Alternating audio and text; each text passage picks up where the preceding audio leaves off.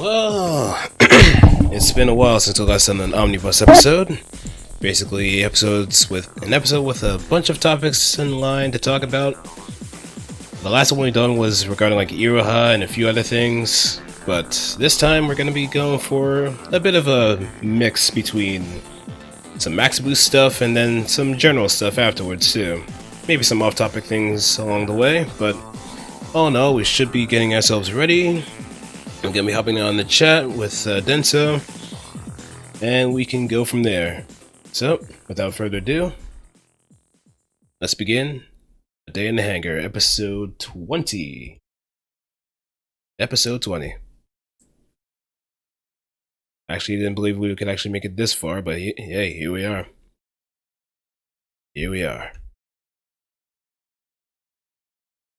Here we go. Hearing me, Denso?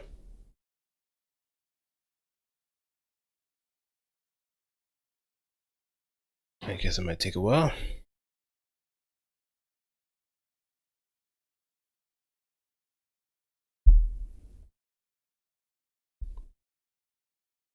Should be good to go.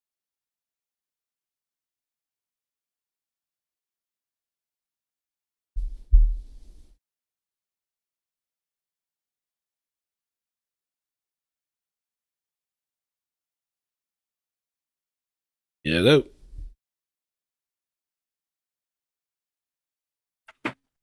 Yep, there we are.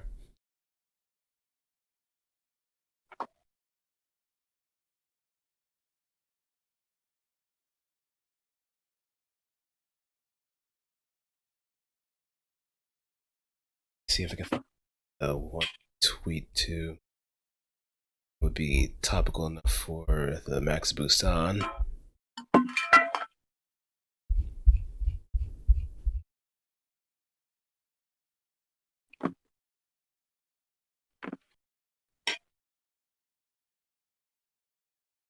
Let's go to right here.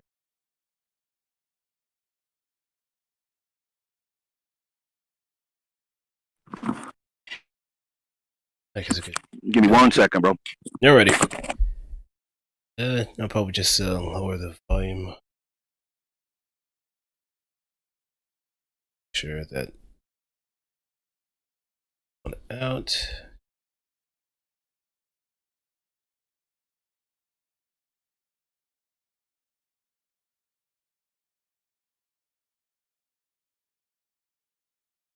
Three decibels.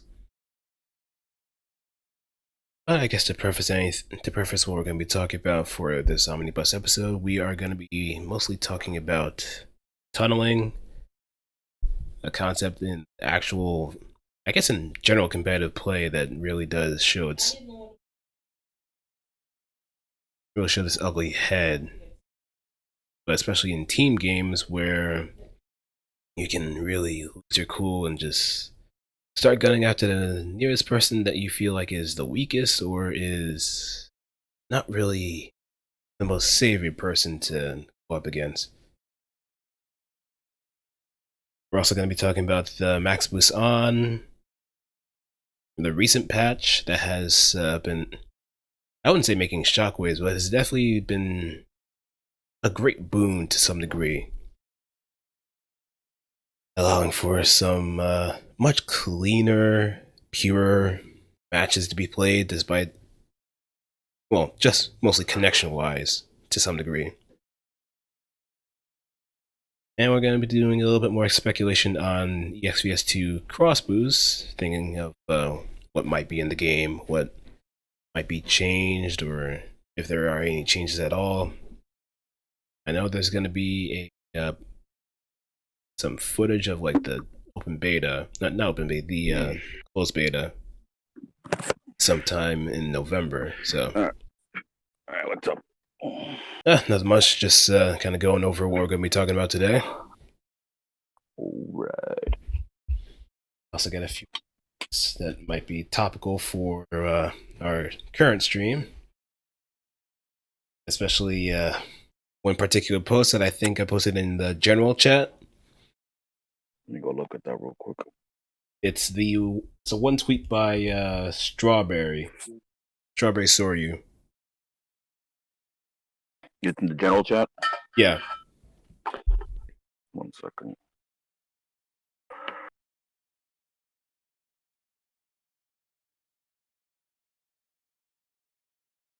Should be getting a new suit today, I believe, in Gundam Battle Operation 2. Oh. Is it the Dullahan or is it something else? Well, the Pale Rider Dullahan, that is for the Halloween event. Mm-hmm. But we're also due for a rotation in the shop. I believe that should be happening tonight also. Oh. The global resurgence of the mecha genre and the futile battle to control it. Now that's something That that the will no, but that's something we can kind of give a shout out for once we cover all the other topics. But it's further up in the general chat. Ah, I see it. The one about the new type theory thing. Yeah.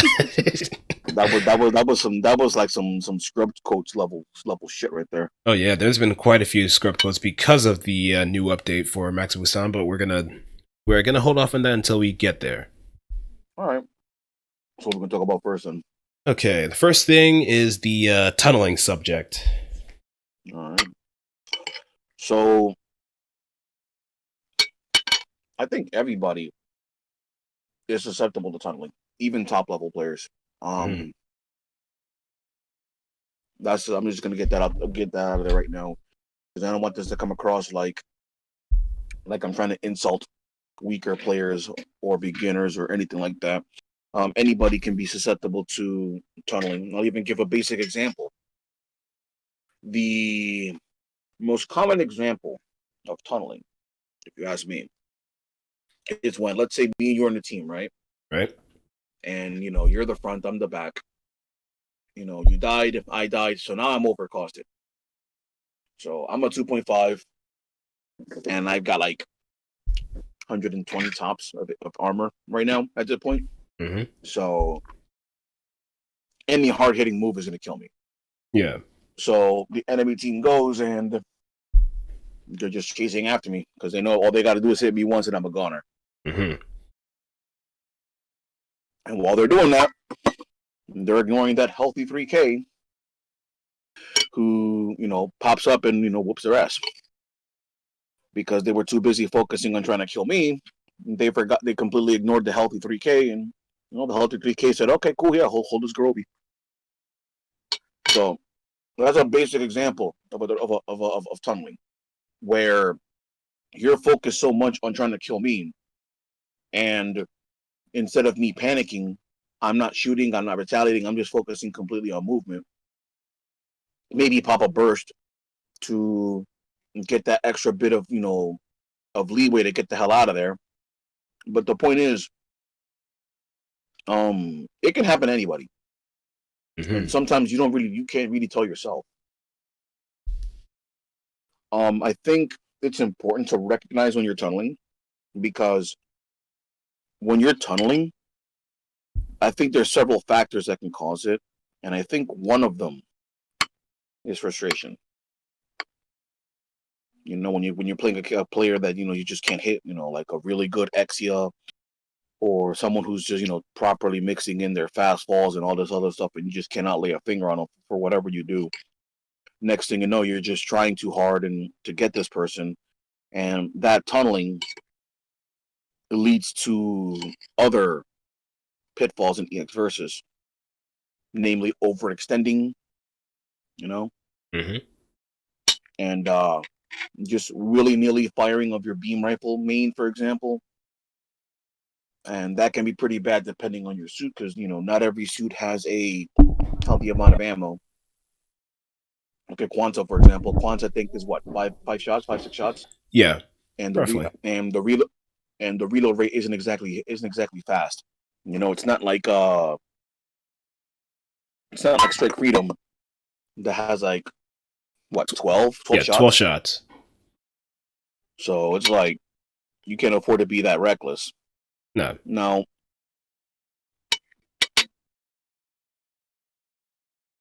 I think a good way to not tunnel is to look at your radar. Also, remember to switch targets. Mm-hmm. Because I mean, if anything, if you look at I think looking at the radar, probably one of the things that that a lot of players don't do. Like a session I was in last week, that's exactly what ended up happening. One of the players asked me, like, dude, like, how the hell did you see me coming, et cetera, et cetera. And I'm like, you know, I looked at my radar, and when I looked at my radar, I noticed that you were behind me, so I kept chasing after your partner. And then when I figured it was appropriate that you were at a distance where you can probably start hitting me, that's when I went and switched targets and had a deal with you. Mm-hmm. And the person said, "Oh yeah, no, probably tunneling. I should probably look at my radar more." Yeah. I think a lot of people tend to forget that the radar exists every now and then. Like even at like certain high stress situations, the moment that they start fixating on, say, trying to get the kill or trying to get some sort of lead, that they instantly forget that the UI exists and then just unsurprisingly dies to something that should have been predictable but ends up being a blindside, all because they just wanted to get that edge over. I think it's important to look at the radar too, because the thing is, that radar is going to also serve as a reminder of your formation. Mm-hmm.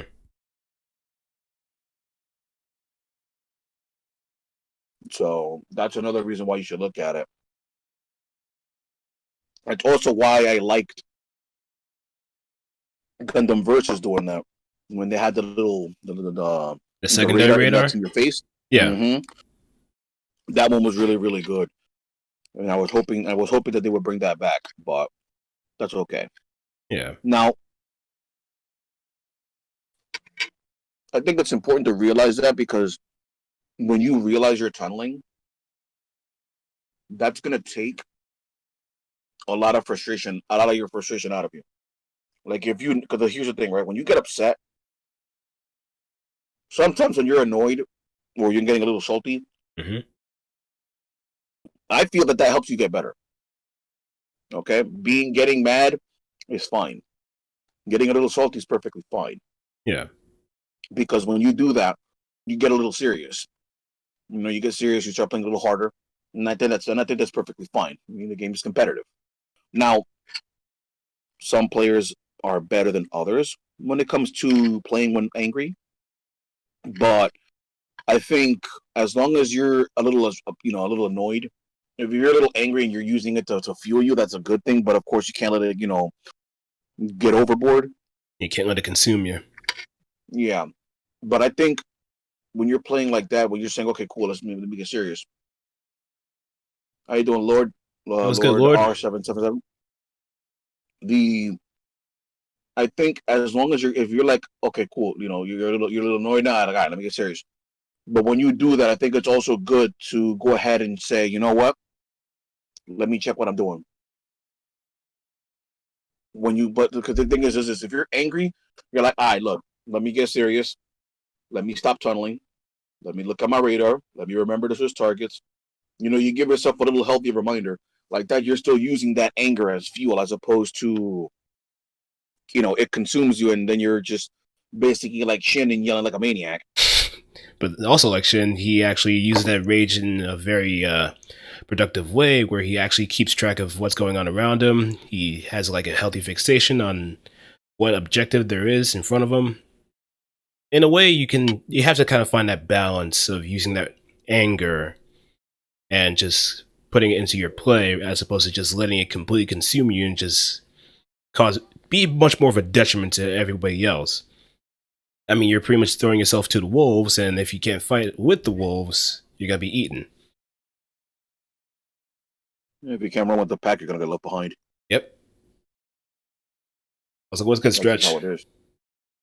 You want to stretch. I Uh, mean, I think it's a problem, because I think honestly, be when it comes to beginner mistakes, right? For example, not knowing about your cancel routes, et cetera, overheating, not being information. Those are all beginner mistakes that I believe those can be corrected very easily. I think tunneling is something that happens in a more subtle fashion, and it's one of those things where you have to catch yourself. Mm-hmm. And then once you realize that, when you catch yourself, I feel like that calms you down a little bit, because because I think it's great when, let me explain. When you get your ass kicked by somebody, right? And you don't know what the hell happened. You don't learn anything. Mm-hmm. And honestly, or at least I don't think so. I mean, you're probably not going to learn anything. Getting completely crushed, you don't learn anything. And that leads to frustration, because look, losing sucks. Let's be real. Losing fucking sucks. It does. But the thing is, if you can at least get something out of that loss, then that's okay. But if you just get completely crushed, you're not getting anywhere. At least if you're a little, little angry, and you're using that anger as fuel, when you catch yourself making an obvious mistake, I think that's a positive, and that's a sign that you're going to improve, because you're able to correct yourself from making certain mistakes again. And that's going to lead to you ultimately getting better. Because if you're able to catch yourself tunneling, then that means you're starting to pay attention to some of the more subtle things that happen in this game. Right. Because a lot of this game, there's a lot of subtle stuff. Some of it's more obvious than others. For example, knowing how the person's been in the air for too long, time to punish an overheat, to counting shots. Like if you're fighting against Keradim, you already know his sniper rifle is 3 shots. Yep. So once he's popped those 3 shots, if he's not close to his 3K, it's time to bully him. Mm-hmm.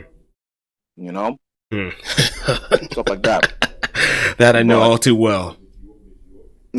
Catching your own mistakes, I think, is good, because that shows that you're trying to improve, and it's gonna pay off.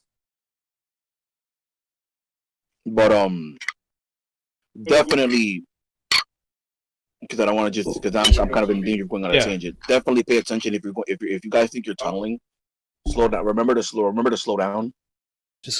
And think about what you're doing. Because if you go and you're just chasing a person and you're not hitting him, okay, cool. Go to the other guy and force him to do something. Because here's the thing, right? Let's go back to that example. Mm-hmm. If you have, let me give you another example when it comes to tunneling and pressure. Let's say a 3K, 1.5K, right? Right. Sure, it's not exactly a standard composition, but some suits can make that work. Like for example, EXS, and let's say Camphor, for example, that should probably work. Mm-hmm. EXS is busy landing punishes. Camphor is just going in like a madman. Yeah. Now, when you see that composition, one of the first things that comes to your mind is probably, I'm pretty sure Camphor is going to be taking all the lives. So instead of focusing on just the Camphor, you need to remember to put some pressure on the 3K. Because if the 3K is getting pressured, the 1.5 is not going to be able to take all the lives. And a 1.5 is usually not as good at defending a 3K. So, same thing when it comes to tunneling. If you're trying to finish me off, and I'm just in complete evasion mode, don't ignore the 3K. Turn around and turn around and turn around and 2v1 blue on the 3K. He's gonna take damage, and there's gonna be an instance where I'm going to have to respond, because it's either gonna be I'm gonna keep running away because I'm scared of getting hit and dying, to the point where you're beating up on blue, putting him in a 2v1 situation, and then next thing you know, when blue's low as hell, I have to go in now. Yeah. Because now blue's almost dead, I'm almost dead, we're at a point where, I may as well. And that's going to give, that's going to lead, that can potentially lead to an opportunity to where you're going to be able to land a hit on either blue or me and finish the match. So you're not gonna do that if you're busy trying to tunnel me, and then Blue's busy beating the crap out of you for free. So if you think you're tunneling before you hit rematch or dive back into the next match, think about that for a second. What happened? Did I tunnel? Why couldn't I hit this guy? What happened? You know what? I was focusing too hard. He wasn't shooting at me. He was just focusing on dodging. Okay, cool. Let me just slow down and let him make the mistakes. Yeah, How about you, Blue? Yeah, there's no harm in that. Tunneling. My thoughts on tunneling, I would probably say that I feel like there are levels to it too. Like the more that you kind of feel like you're trying to get that win or trying to get away from someone that is tunneling down on you. Well, I guess, how can I break this down? So, when you're being tunneled, you can kind of see like the telltale signs. As for like the reasons that kind of got to that point, it's trying to figure out what may be the factors behind it. So, you can play a little bit of judo and just take advantage of their overextensions and kind of find opportunities to punish.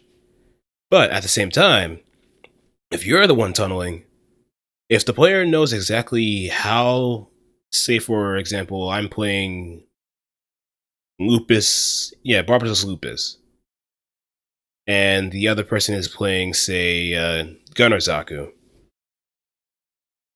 It's a 3K, 2K team.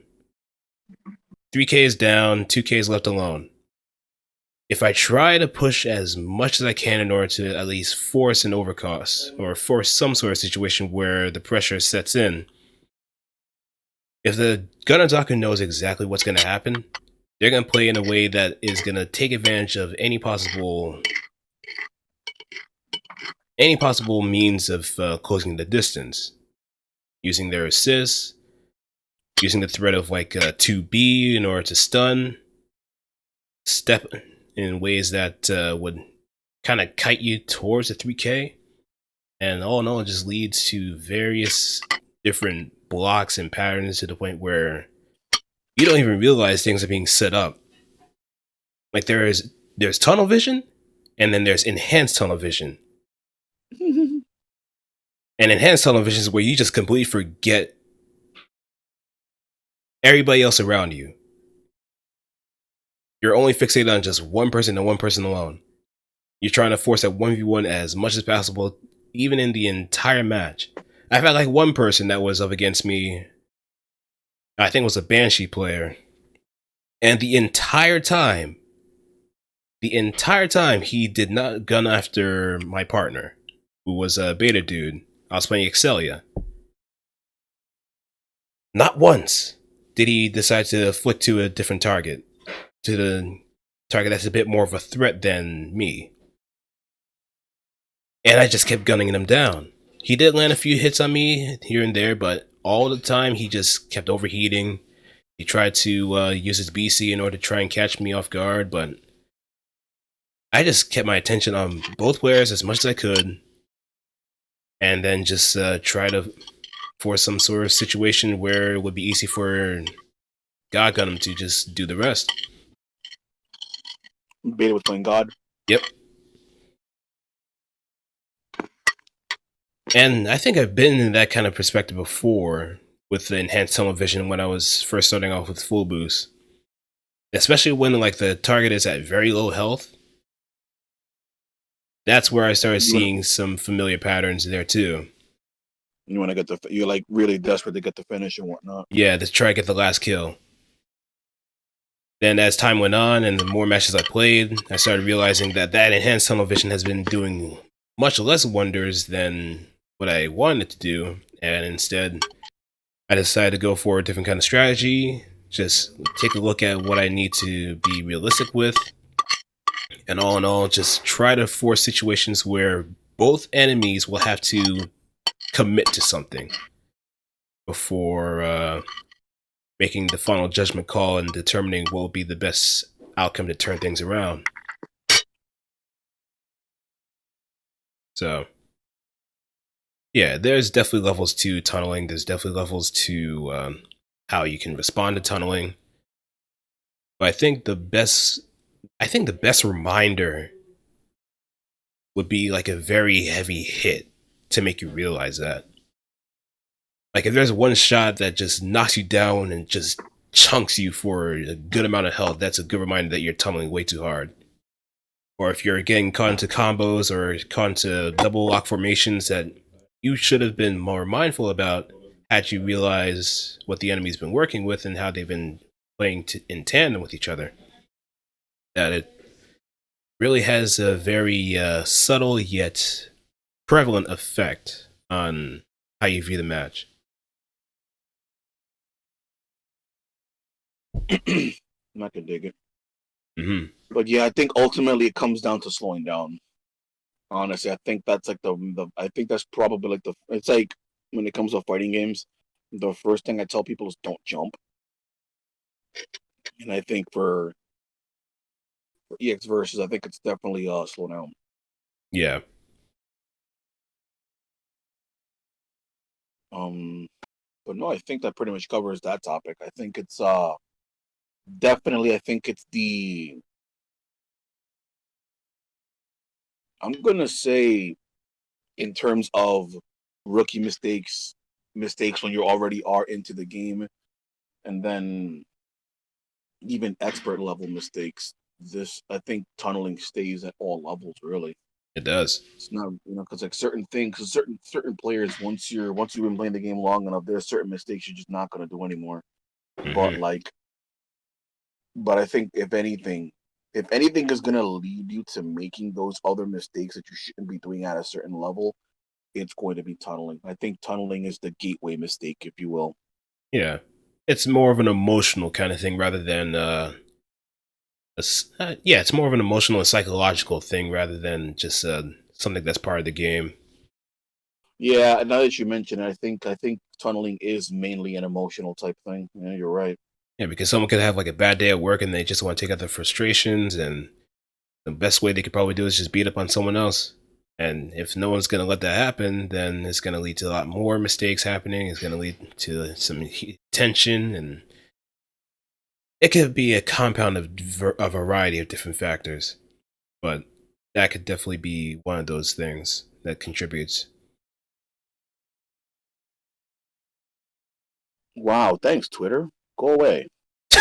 What to do? No. I'm listening to what you said. It's just that I don't like how they changed it. The retweets? The retweet. Yeah, Yeah, I hate but then that. not only that, but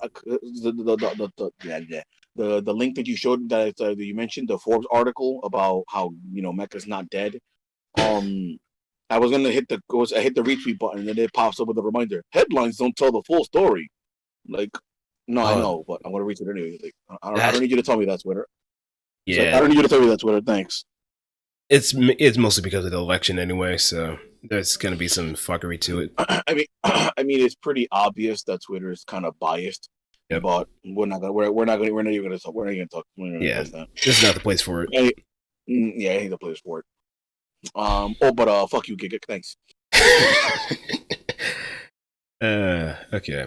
And after the next topic, I'm gonna be switching my.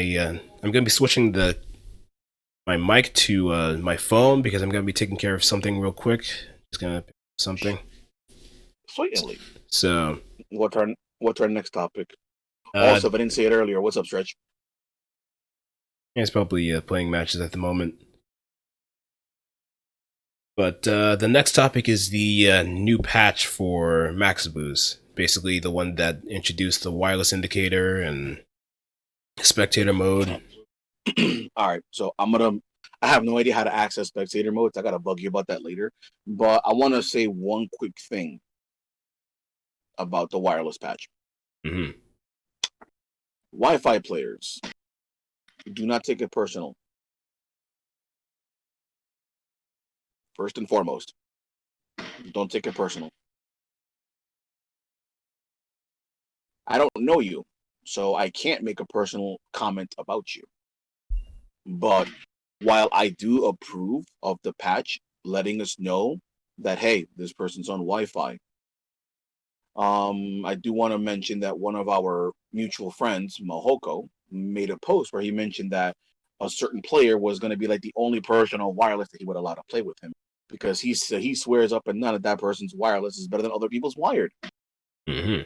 So here's the thing: it's not a insult to you. It's not personal. But the thing is, for a game like this, having a good connection is imperative. There's 4 different people playing each other. Okay, there's 4 different people playing each other, and when the connection is bad, it's not like Street Fighter where you can adjust a little bit to a bit of lag, right?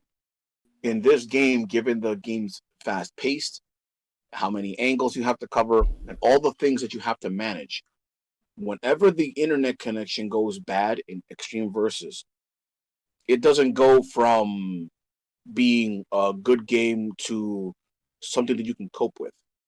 Okay? Whenever I'm positive, whenever anybody here has had a match that has lag, I guarantee you, everyone will tell you the same exact thing. EX Versus is unplayable. Because the game is going to stutter and stop and stutter and stop, and then it just stops, and then it resyncs, resyncs, resyncs, resyncs, resyncs, resyncs, connection lost. That's exactly what's going to happen. How can I win if it does? Not Genesis. I'm just going to refer to a tweet that I made a while back. Oh, you think you're good? Switches to bail, switches to Wi-Fi. Also, let's get Genesis. But no, hey, what's up, Genesis? But no, seriously, this is when this patch came out. The reason why we did that is the reason why it's a good thing is because that's a way to basically say, you know what, this is the problem player. We're going to have to remove the player. It's not personal.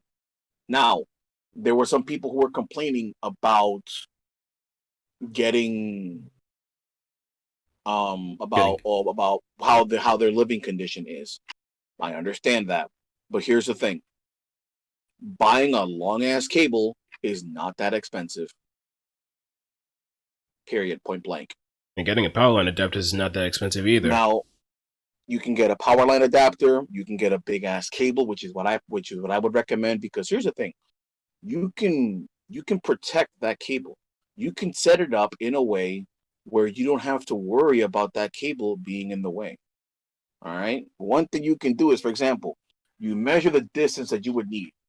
If, let's just say, hypothetically speaking, that the modem is far away from where you're at, from your room. You measure the distance, and you get a cable that's much longer. Okay, much longer, because by you doing that, you're gonna have a lot more slack, and you can get more creative. From there, what you do is you just simply trail it along the wall. You trail it along the wall. You make it go over things if you have to. You can get creative with it, and then from there, let's say, for example, some of it has to go on the floor, and you're scared of someone tripping over it. Just buy a rug. Just buy a BS cheap ass rug. You put the cable under it. You're good. And then when people walk over it, they're not going to damage it because the rug is covering it. So you don't have to worry about that cable getting frayed. Next thing you know, the cable is in your room. You plug it into your system. You're good to go. So not only that, but that'll also teach you some basic carpentry skills. And any real man should be able to do a little bit of basic carpentry. Because let's be real, any guy once you hit a certain age, every guy is gonna have to be a bit of a Mr. Fix-It anyway. So yep, there you go. And again, the main reason why I say that is because buying a long ass cable, it's not that expensive. It really isn't. Hell, there's see, look, matter of fact, the benefits of this are astounding. If you're a kid, teenager, whatever the hell, you buy that and you live with your family or whatever. You have your pops buy you that cable. And then right there you have him teach you how to put that wire up properly from wherever the modem is to your room. That's a little bit of father-son bonding time right there. So see, this is even more proof. This is even more proof that Mecha saves lives and enriches lives, because not only will you enter the realm of wired play, but you're also going to level up your social link with your father. Damn, and I thought video games were bad for kids. Holy shit. Mecha saves lives. Mecha enriches lives. Everyone embrace Mecha. Oh. Yep.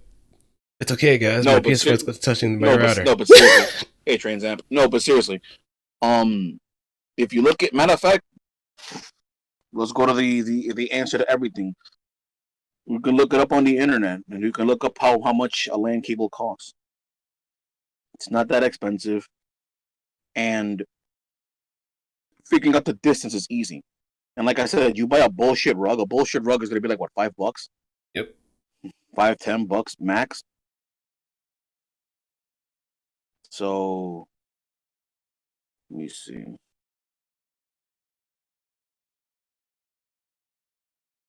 A LAN cable, if you look it up, let's see. A basic 7-foot cable is what, $4? Yeah, depending on the grade of the cable too. Yeah. Usually Like, Cat 5Es. They have a Cat 5e. Get this, they have a Cat 5e at Home Depot for 100 feet. $13. There you go. $13, my friends. $13 will get you a 100-foot cable. Buy that. And even if it's too long, that's fine. Because what that really means is this. Let's say, let me give you another example. You live with your family. You buy that big-ass cable. And then it's time where your mom decides, you know what, they want to reorganize a couple of rooms. They move things around. You got that big-ass cable, and you have so much left over. Hey, doesn't matter. You could just rearrange it. Good to go. Easy peasy. So get you a big ass cable. You'll be alright. So again, don't take it personal, guys. It's not an insult or something aimed at you specifically. But at the end of the day, it's not like Street Fighter where it's 2 players. EXVS is 4 players. There's a lot of crap going on. There's a lot of things flying around, and the game is a lot faster than most fighting games. A bad connection makes the game completely unplayable. So that's the reason why people are a little more adamant about it. So again, don't take it personal. Spend the extra $15 to get a nice big cable. Plug it in directly. You'll be all right. What about you, Blue? What's your thoughts on that? I guess the one thing that kind of stuck out the most, I would probably say, is people usually getting kicked for the suspicion of being on Wi-Fi, but now that there's actual indicators that is hard-coded into the game, it not only makes it easier to kind of pick out who is the offender in that situation, but also kind of opens up the opportunity for like other games to try this feature as well and just make it widespread. Though I can say that not everybody's wired internet is equal. There are people that have like very terrible ISPs that no matter how they wire up their stuff, they could be subjected to throttling, and that could probably ruin a lot of things for a lot of people. And that's definitely the catch-22, even despite having much more stable internet to work with. So everybody has their setbacks now and then, but I think when it comes to wireless, it's a bit more extreme to some degree. So there's really no escaping it. And I guess another thing I'd probably say about this whole topic, when it comes to, I think I remember one post in particular. He did end up on scrub quotes, but his situation so far was kind of out of his hands, where his Ethernet port was broken. So, as much as he wanted to play the game, it kind of made things a little bit difficult for everybody else, because you know how people on EXVS works. If they see anything like a fluctuating connection or now with a wireless mark, that's pretty much the scarlet letter on your ass. And they will kick you on site.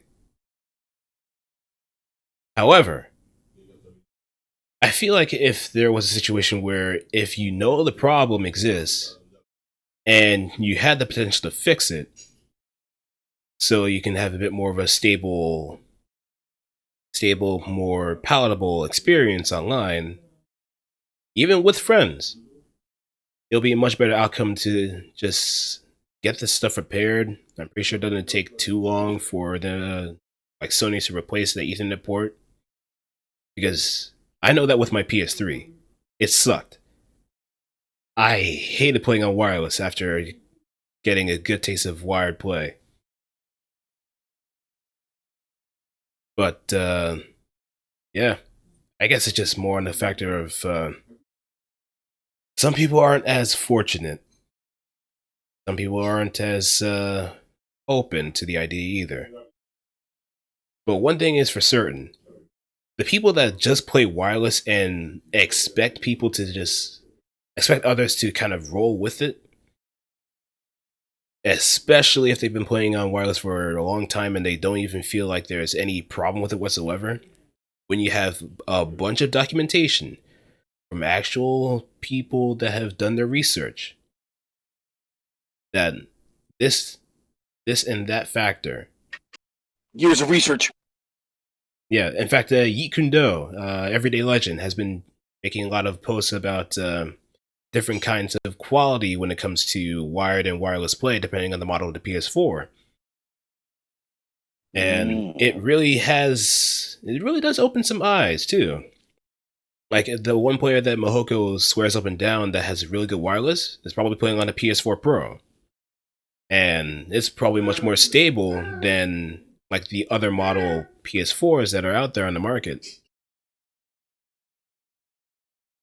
But you can't really shake the fact that whether you like it or not, the stigma for wireless players is going to remain no matter what game you play, no matter what genre you play too. It's much more apparent with peer-to-peer connections because there's nothing to buffer it. Mm-hmm. So you're pretty much stuck with you, me, and the two very suspicious-looking people that are trying to kill us. But if someone's starting to tear a hole into the space-time continuum in the process, then we have troubles. I mean, I don't. I mean, here's the thing. I think it's good that they have the wireless indicator, but I don't think that we should be using that to bully people or talk to them like I don't know about the whole Wi-Fi player list. I don't know about that. Yeah, because some people, because I'm not. I mean, it's good that we have that, but that's not. Me looking at it as an excuse to dunk on players that don't have Wi-Fi. I'm sorry. That's not me looking for an excuse to dunk on Wi-Fi players. That's not me looking for an excuse to, vehemently throw them out. Like if I see a person and they have a wireless connection and it says that their connection is good, I'll give them a chance. But if I'm playing matches with them and it's just consistently dropping, all right, cool, punt. yeah. He's like, sorry, bro. Sorry, bro. Your connection's ass. Get out. Yep. Nothing personnel, kid. Mm-hmm. Which goes into the picture that I'm going to show on stream real quick. But the other thing I want to talk about, the spectator mode is actually a different mode. Well, it's a different player match mode. It's called a player match arena. So I haven't played it with more than 8 people, but it functions similar to say a Street Fighter 4 spectator lobby, where you have 2 people playing and everybody else watches or has the option to watch. Mm-hmm.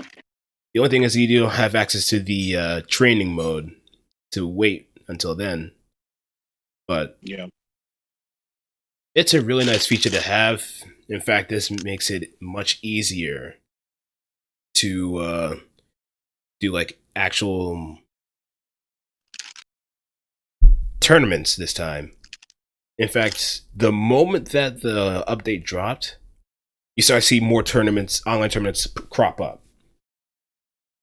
Brett's doing his, Extreme Evolution's doing theirs, Danger Time's probably going to be doing that as well. Now everybody actually has the chance to see what's going on. Yes, I think it's more of like a King of the Hill kind of thing.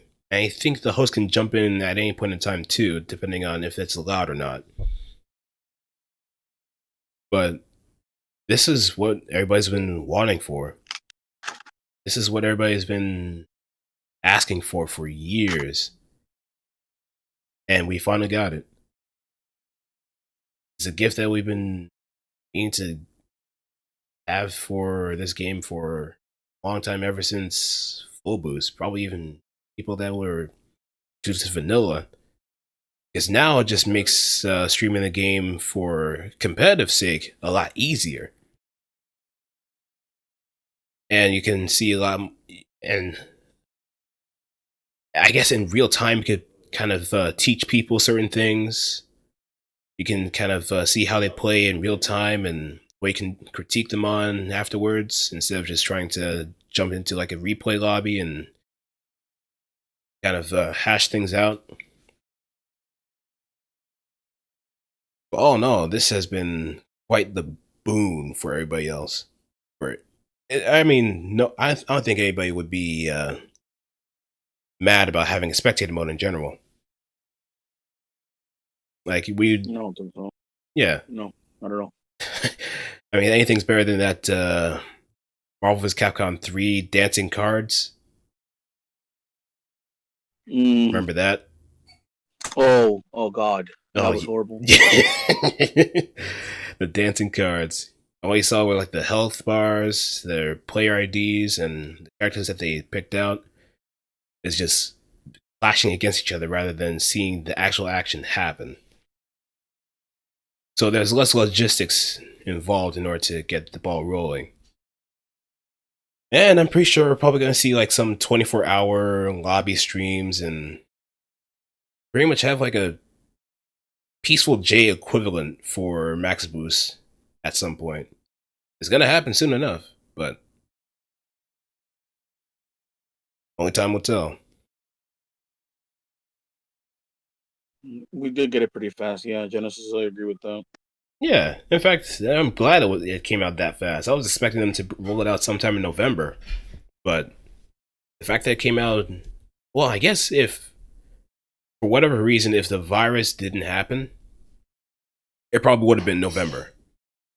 But because now that... Honestly, nah. I'm positive they would have taken their sweet ass time bringing it out. If it wasn't for the virus.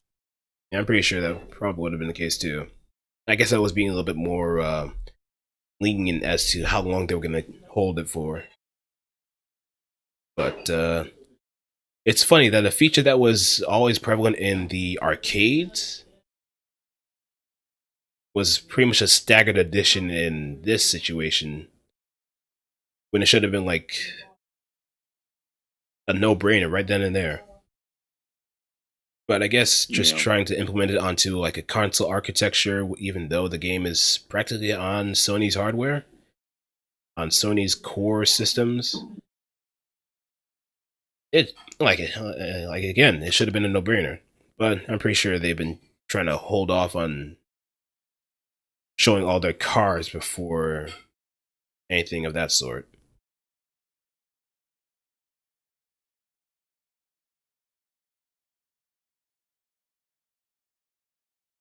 It's similar to Super Smash Bros. Ultimate Spectator mode. How does that one work? Is it a little bit on the simple side? Yeah, or... I'm not sure. Yeah, because I haven't really watched a whole lot of Smash Brothers Ultimate footage or any streams of it. Like, once in a while I have seen it, but after a while I just didn't really pay much attention to the game. Smash games never really caught on with me, even though I play like 64, a little bit of Melee, but not competitively.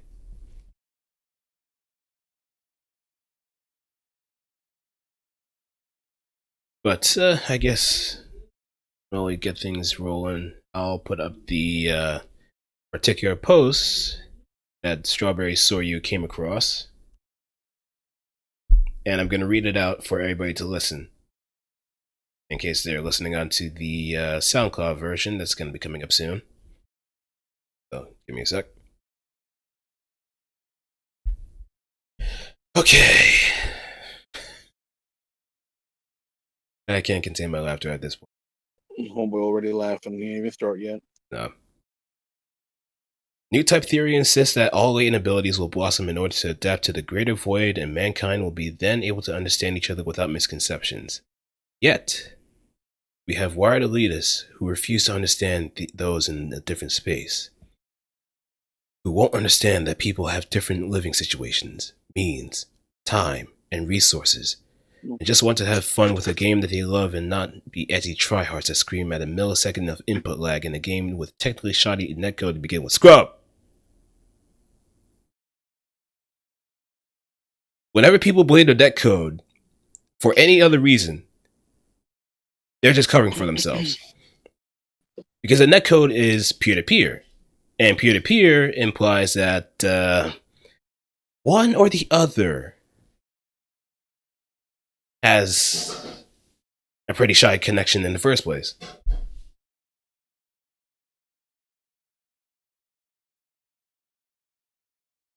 So, whenever someone says there's a shoddy netcode or a bad netcode, unless if it's in their matchmaking sense, don't listen to them. Who are so wrapped up in their Wi-Fi hatred that they oppress the downtrodden in that space and would start an obnoxious war against Wi-Fi and wired players for the sake of purity, to destroy a dying community before letting others in. And I swear y'all have somehow never played any other type of online fighting game before. Wired elitists aren't new types. They're old type souls, literally tethered away and weighed down by Earth's gravity. That has to be a troll post. It has to be, but the following comment says otherwise. Do we need to colony drop to enforce a mass migration to Wi-Fi space? This connection snitching feature was a mistake. I'm glad a comment like this exists in this topic.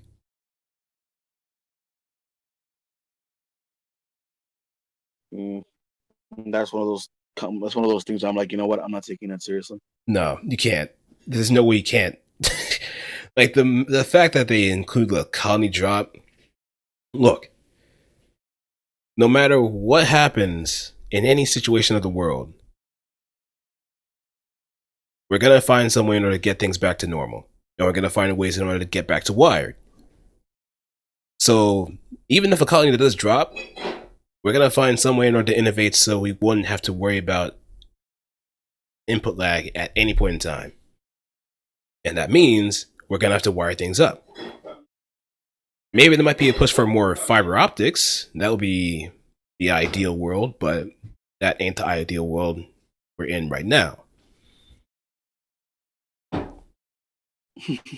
But as it stands, you can't take this post seriously. If anything, it's probably just going to be a copy pasta at some point in time in someone's stream. It's going to be a copy pasta.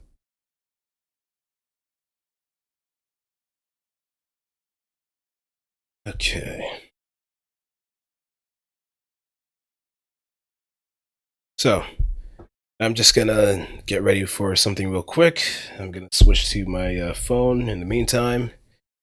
The next topic will be some speculation on the EXVS2 XBoost or XBoost.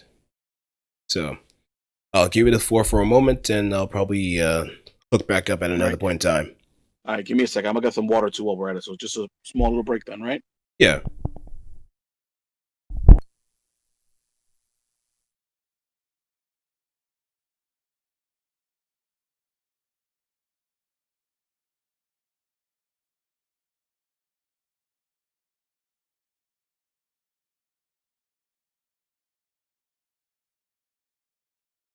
All right, I'll be right back, fellas. Give me a second.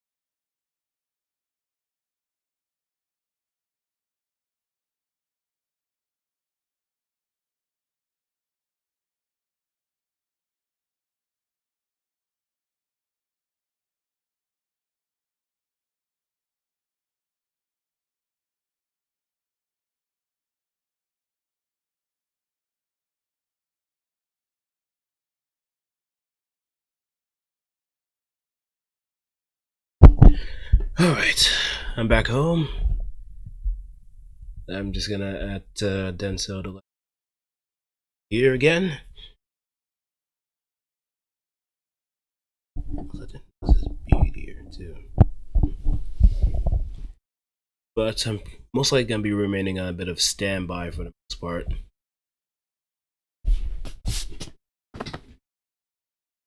So here, the motor rolling in the driveway. Gonna be taking a bit of a step back again, and then be back at it. Like nothing ever happened at all. But I know for a fact that with this long pause, it's gonna be cut out, or it's gonna be put as a disclaimer that there's a lot of dead air. So I do wholeheartedly apologize for this little tap here, but things happen. Things happen. Always expect things to never go your way. Just roll the punches, because that's life.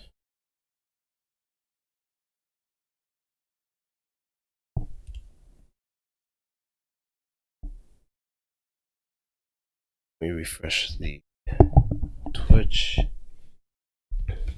Should be getting there soon enough.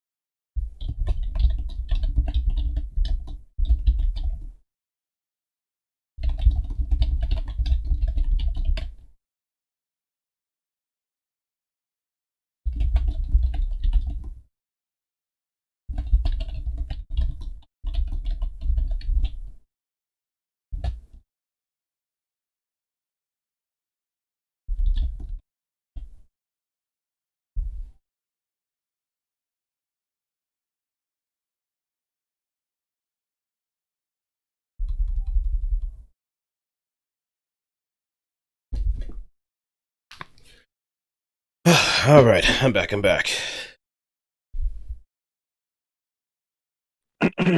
Hey. Hey. Ahoy. All right. So, everything okay? Yep, I was just take care of something with my dad. I am gonna be stepping out for a bit again, just to help him put his stuff back in the other car. So it's just gonna be a quick moment once he does roll in the driveway.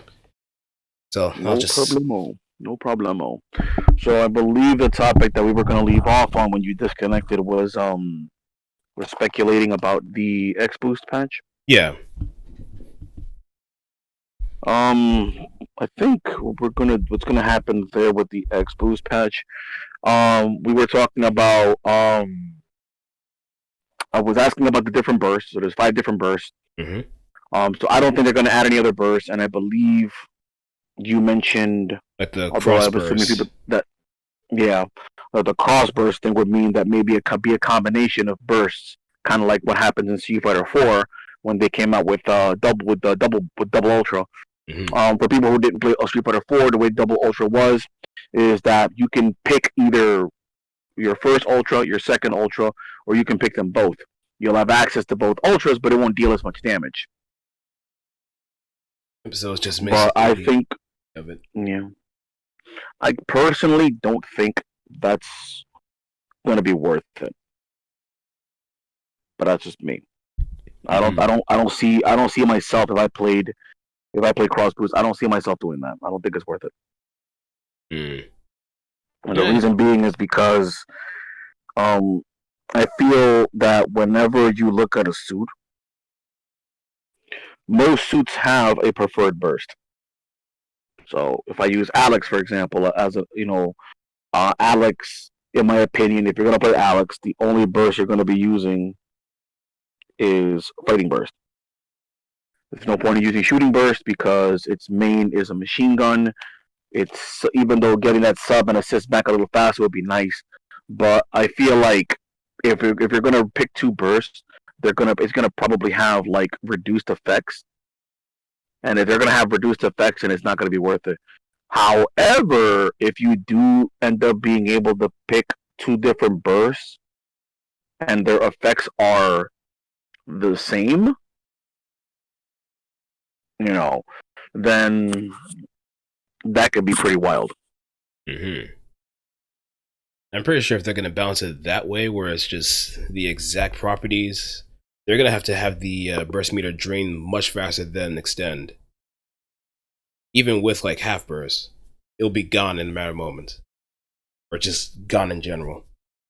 If cross boost was a thing. So I feel like if they also implement cross boost, linkage has to be changed. Oh, no. That's another thing that I'm thinking of. Never mind. But yeah, I feel like I'm probably on the other side where I feel like you can cover yourself with like two different bursts and had like some other another kind of meta to it to some degree. So like going back to Alex, if you want to get more bang for your buck, you could go like fighting and linkage. And no matter what happens, even if you die first, as long as you pop the burst, it doesn't feel like a waste. Because if you die going in and you manage to land a few hits, you get something back for your partner in return. Yeah. So there may be some kind of extra play behind it. Though I feel like there might be some suits that might take advantage of it a bit better than others. But if it's anything to give like lower cost suits a bit more of a upper hand, then I'm all for it. Yeah, I think that's the other thing too. Like if they do that, then that's gonna definitely be meta changing. But I'm more interested in seeing a balance patch first. Yeah. I guess the other thing. I do feel. Go ahead. Because my thing is, my biggest issue is I think personally, looking at MBON, I feel like some older suits are kind of being left behind, or power creeped out, if you will. Mm-hmm. That's just my opinion, though. Okay. I think the other thing that I mentioned in my little thread was the reintroduction of like synergy bursts, or the synergy passives when it comes to bursting from like Gundam Versus. That's the one that I feel like might have to be adjusted once. That's the one I feel like that might have linkage readjusted just to fit that. It might be some other catch to it, but who knows? Everything is speculation here, so we're bound to be wrong, or there might be an off chance we might be right. Even the I mean, it's kind of. I'm actually a little annoyed. I'm actually kind of annoyed that when they made the announcement that they was kind of just didn't really say much. That was kind of dumb to me. Oh. Anything was just an announcement of an announcement. Yeah, I would appreciate it if people stop doing that. That's kind of annoying. Yeah, but that's ingrained in Japanese game development culture. There's really no announcement. The whole announcement of an announcement thing is kind of corny to me, but that's just me. Yeah. I mean, I'm just saying. Yeah, I mean, at least they actually dropped some of the highlighted suits that are going to be coming into the game. Well, I mean, I figured they did that because that's all they really had to do. Yeah, that's all they had to do is just generate some sort of excitement. And I'm actually glad but that I mean, if anything, because the thing is, when you're telling me you're going to come up, when you say XBoost, that tells me that this is a whole new version. Mm-hmm. So I'm like, you know what? That tells me, I feel like if that's the case, your main topic of discussion should be what are you adding to the game? Yeah. Because you adding 4 suits doesn't really constitute a new version of the game. Nope.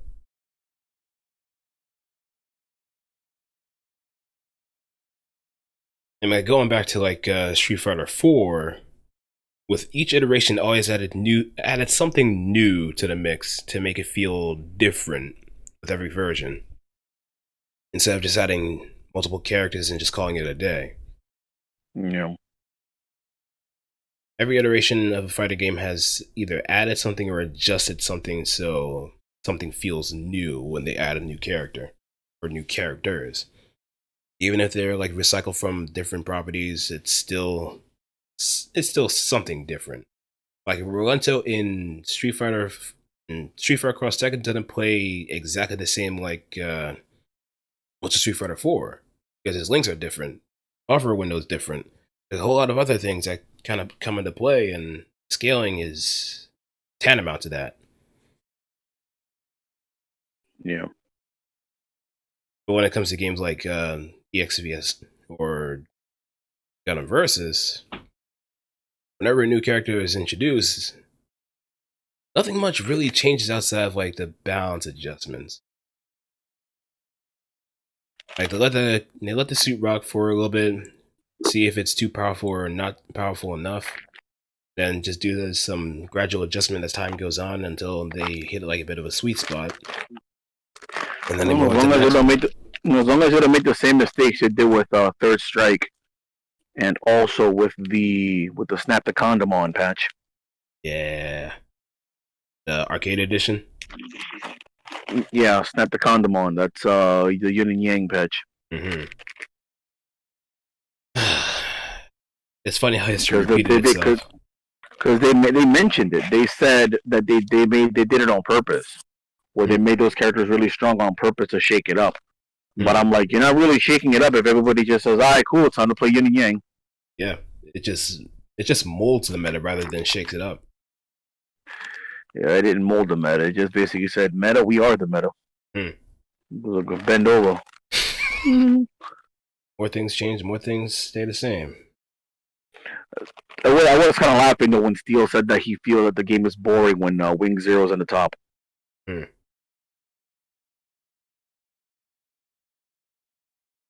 Yeah, with that full boost, man, that I'm pretty sure was a huge shakeup. Well, full boost new suits became the best suits. So as long as they don't do that, yeah, that's my thing, because it's like when they did that, Norn took over, then Full Armor Unicorn took over, and then it was basically Blitz and Sandrock. As long as it doesn't turn into that, we're good.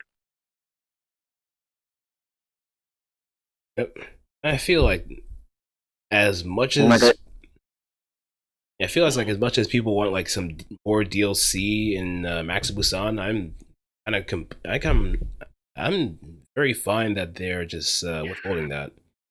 Put it this way, I don't think we need any DLC suits, honestly. I mean, even if I'm biased and I would love to see Maxter get in, let's be real. Everybody here who's watching the stream right now, and you too, Blue, let me ask you something. Out of all those suits that we have in this game right now, have any of you played every single fucking suit in this game?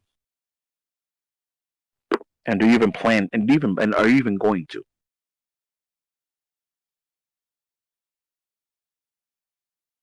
Because I'm pretty sure the answer is no. I'm pretty sure ain't none of you play every single fucking suit in this game. Stop lying, Genesis. Lying is bad for you. It's a sin.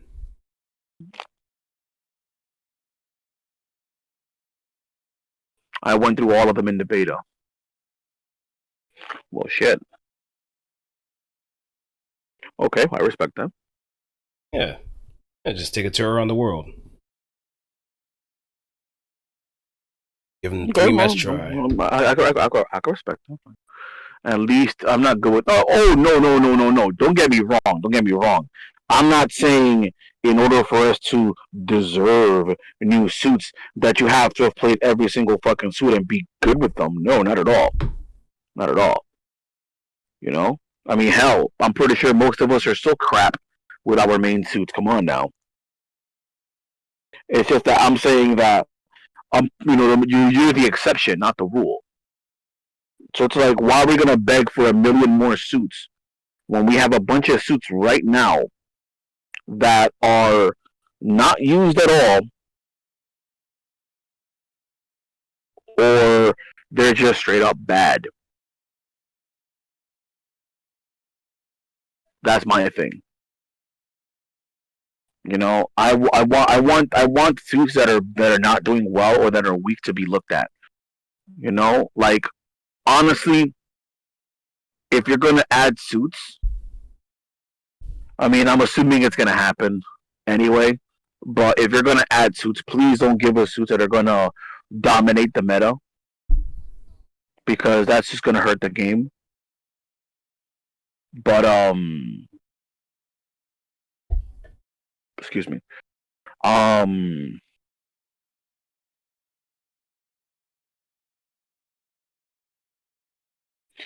I think I would rather like to see I would like to see suits that are in need of some help to get that help. Like, for example, as one example, the suits that are copies and basically weaker, like Rose, Zeta, Locus's Infinite Justice, stuff like that. Because I don't like the fact that, like, for example, Hein Destiny plays a bit differently from regular Destiny. I know the Wings of Light move is different, Yep. so that's fine, you know. But it's like in Full Boost when Rogue Zeta dropped, hers had more boost efficiency in flight mode than the 2.5. So that was kind of unique to that suit. That was kind of cool, you know. But other than that, if you're just gonna do it, other than that, I think it's like, if you're gonna have a suit be there, you have to make this. I think if every suit's going to be in the game, every suit has to be interesting enough. We can't have it be like what happened with Gundam Versus, where you had a lot of suits that were just straight up stale, because then people aren't going to play them. Hmm. And if people aren't going to play the suit, then why even have it in the game? Is Shinanju Stein basically just a weaker Shinanju?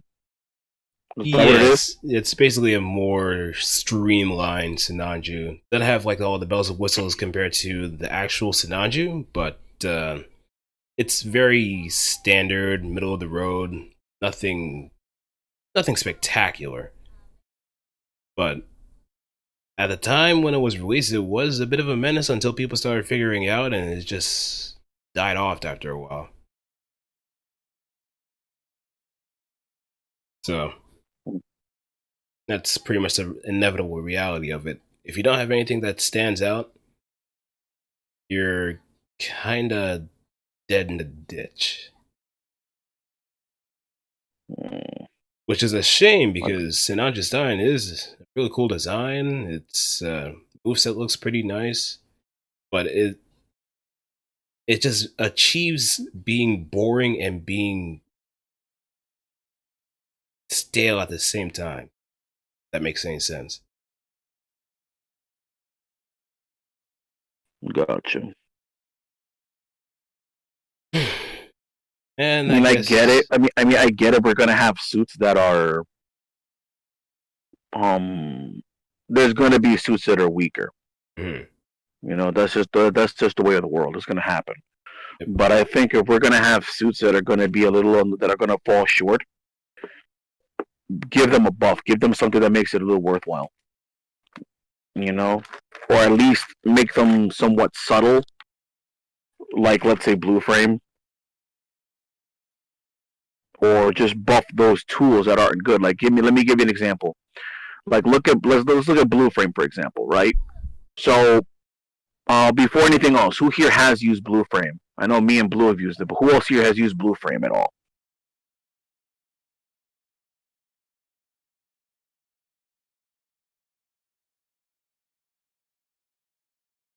So, for people who have used Blue Frame, right? Well, let me ask you a serious question. For everyone here who uses Blue Frame, how often in a match do you use CSA? Let's be real with me. How often do you use CSA on Blue Frame? I don't. Because I'm pretty sure everybody here is going to be like, I don't use it at all.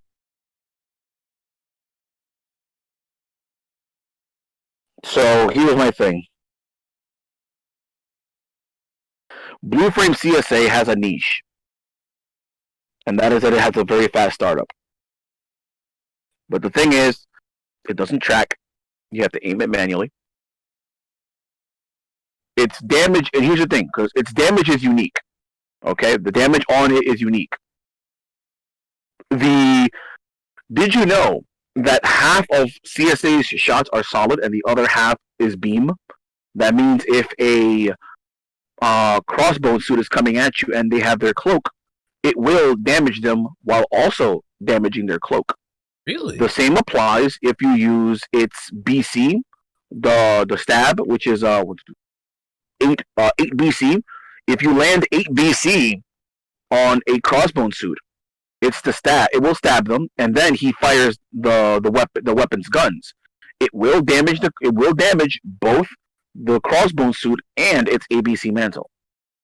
But here's the problem: its weapon being like that is unique, and it also has a very fast. Yes, that it's also the case of you landing CCAB into main. Yes, when you boost past them and fire the gun from behind, yes, I believe it also counts as both beam and solid. If you look at the bullets, if they're alternating in color, then yes, it counts as both. I'm pretty sure it will do both. So that's a unique trait. It fires both solid and beam. And the other strong point of it is that it has a very, very fast startup. And on top of that, the entire time it's active, it does have shooting guard. Now, what's the problem with it? The charge time, it takes way too goddamn long. It takes way too long. So, in my opinion, the only thing I do to buff Blue Frame, maybe make the BC swings faster and make CSA charge faster. That would literally be the only thing that you can do, I think, to Blue Frame to make it better. I think the only other thing I would do would probably make its Pyonkyaku a little bit better on the 2B, because it has a 2B. Maybe I would make that a little bit faster. That's literally it. It just needs those small tweaks. So I'm positive if I can do that, if I can find that for a mid, I believe that suits mid B tier. I think it is. Do you have access to? Do you have a tier list, by the way, Blue? Yeah, I'll pull it up.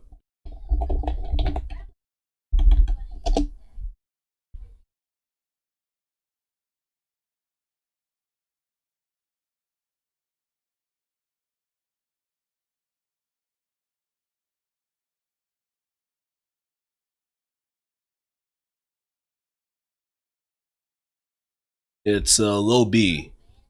Okay. So I mean, I think if you have a suit that isn't used as often, or that's low tier, then I think you can do that and give it a buff. I'm not saying break the suits, because I do like the suit. I do admit I do have my bias for the suit. I do like the suit. I do like the character, but I think if you have suits that aren't used, then put them in the game properly. Don't just include a suit to have it. If you're gonna have a suit in there, then you may as well make the suit good. Because if you just, if you're gonna just have a suit there to pad out the roster, don't put the suit in. Period. Look at Camphor. Because at first all we had was Alex and Zaku Custom, and Zaku 2 Custom, and then they added Camphor. Camphor plays hella different from both of them. Camphor is aggressive, very attention grabbing. Mm-hmm. Alex is pretty demanding, I think, and then you have Zaku 2 Custom, where you have to be pretty crafty with it. And they gave it the fix that it needed, in my opinion, for Zaku 2 Custom. They made its assist reloadable. That's huge. It needed that desperately. And then you have Alex. They gave it a few more cancel routes. And then they also made it a bit better to use its chop ham, to shift from using chop ham to get in to removing the chop ham and doing a normal melee combo and doing whatever. That made melee combos a little more damaging, a little more rewarding. So I think I want to see them do that with a lot of the other suits that are falling behind or that have just been power creeped out. Because if you have a suit that's a wall-rounder, why would you play an all-around suit that's a 2K when you could just pick the best all-around 2K in the tier list, right? I think if they're going to have all-rounders, then they should all have at least, even if they're all an all-rounder, they should at least have a charm point. Like, let's say Gundam Mark II, right? Gundam Mark II is an all-arounder. But what is it that makes it stand out? The Super Gundam mode, right? Same thing with Strike. You have Ale, you have the I forgot the name of those things. It's, Strike, Launcher, whatever it is. Oh, you packs. Can go, and then you have IWSP. That's that thing that makes it go from an all rounder to this is that extra push that it has. I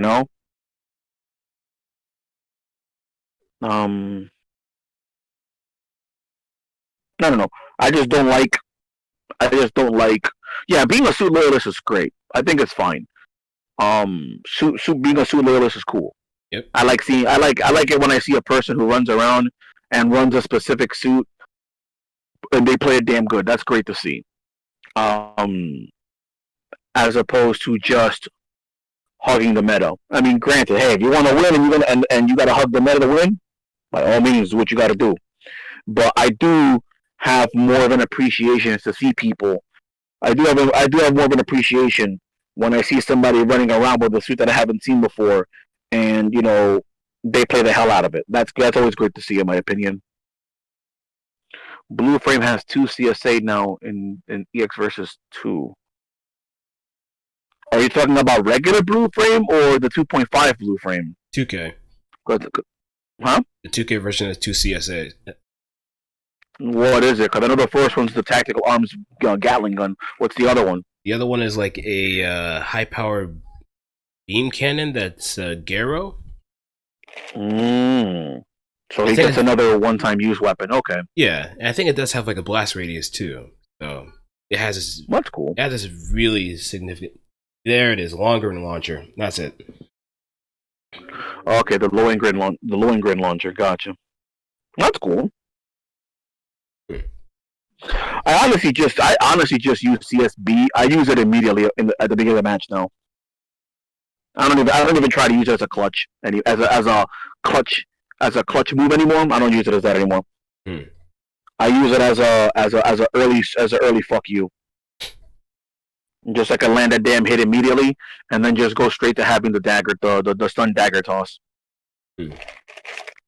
Yeah, because I think landing that hit early is good because you get the full damage out of it, and if you miss, then you don't have to worry about it or be discouraged because oh no, I needed a clutch hit and I missed it. I'm screwed. Nah, just just throw it out there early, get their attention. And if you catch them, and if you cold cock them early, even better. Also, sub has now different effects depending. Oh, nice. That's cool. Put that in MBON. Yeah, I doubt they're gonna touch MBON, but it would be nice to see like some sort of balance.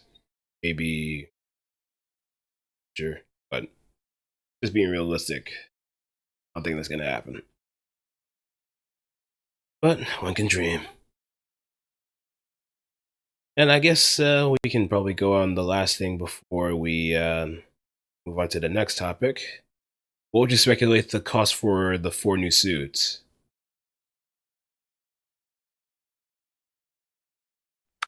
I'm going to assume off the bat that the Fennec is a 3K. I feel like the Fennec is going to be like a cross between I feel like do me a favor, can you post those pictures? I don't really recognize any of them except like 2 of them. I know Fennec. I think Fennec is going to be a 3K. I feel it's going to be a cross between Unicorn in permanently in NTD and Epion. I feel like it's going to be a cross between Epion and Full Armor, and between Epion and NTD Unicorn. I feel like it's going to be something like that. I think it's going to be like something like that, highly focused on mobility and then melee and new type nonsense. Let's see if we there we are. I'll put it up on stream. Yeah, so we have Phoenix, Kabakali, Laros, and Star Build Strike. So Kabakali is the top right? Yes, that's the one from G-Reco. That's Mask's final suit in the series. Yeah, I didn't watch G-Reco, so I have no idea what the hell it is. It was basically his best suit compared to everything else he got in the show. Everything else, and for some cosmic reason, his previous suits, even in this game, in EXVS, were bad. Kabakali 2.5k. He got destroyed without doing almost anything. Still presenting build fighters. Still presenting. I'm assuming Geo means still pretending build fighters doesn't exist. Whether you like it or not, it exists.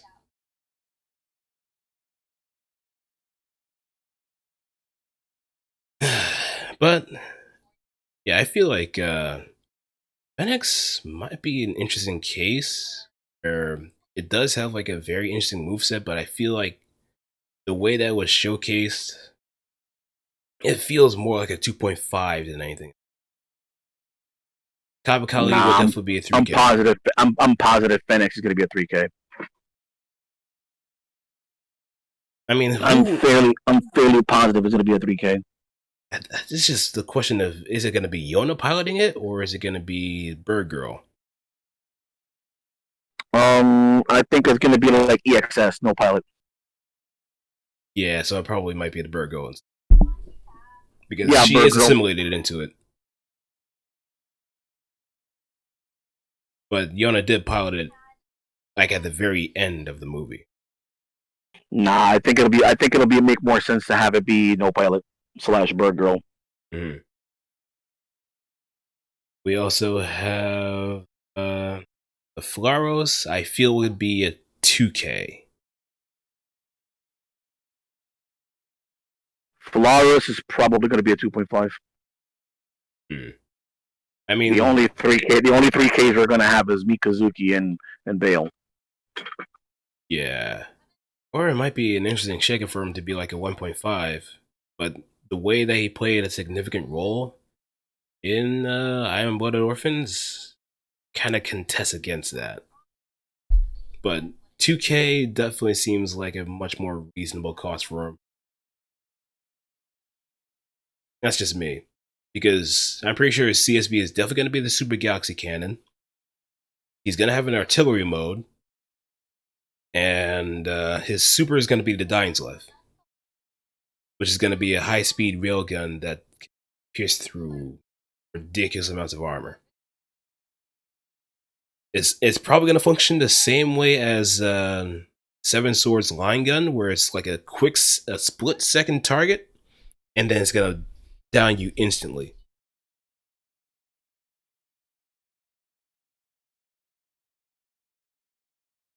But Star Build Strike, I have a feeling that's going to be 2.5. Yeah, I'm thinking 2.5 for Star Build Strike. Because that's not the final version of it. There's Build Strike Cosmos after that. And that will probably be another 2.5, or on the off chance it might be a 3K.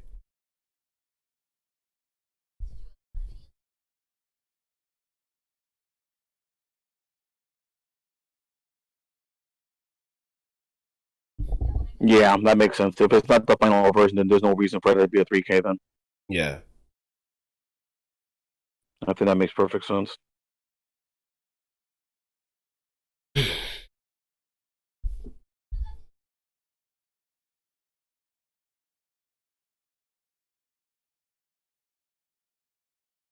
So, I think we went through all of our intended topics. Have anything kind of outside of the sphere of what we've been talking about? Or anything you might want to add to some of the existing ones? I'm actually no, I'm good. I think we covered everything. They have a shield. Yes, he does. I think he does have a shield that absorbs energy, so he might play a little bit like a strange hybrid of Legolas and regular build strike. So that's going to be an interesting thing.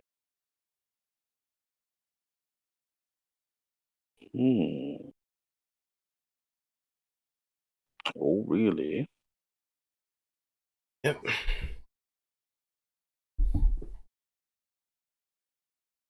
But yeah, I think it would be like a black source. I'm pretty sure it's going to be more of like a BC kind of thing. But if his gameplay revolves around that particular mechanic, he's going to be left behind. No ifs, ands, or buts about it.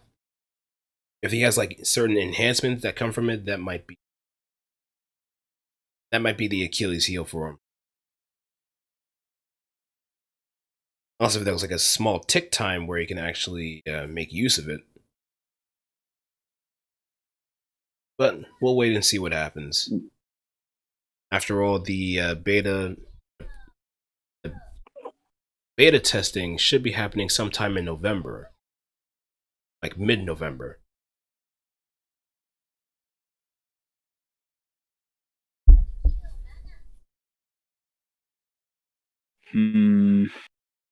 Yeah, I think that might be the case. The rifle and maybe the beam cannons that he has as well. Yeah, I guess we're gonna hold off on any further speculation on Star Build Strike until we actually see how he plays. Well, that's what version of it is that? Is that the second version or the third version?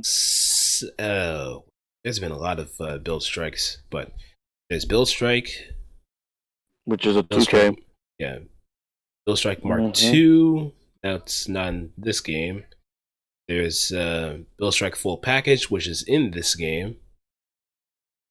Then there's Star Build Strike, and then Build Strike Cosmos.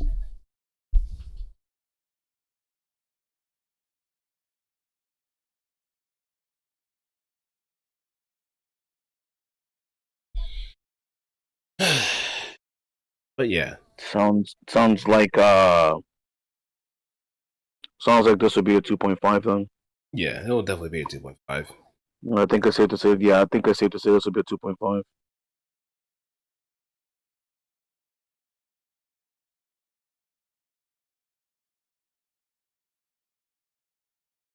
We can assume no Jirobi absorb then.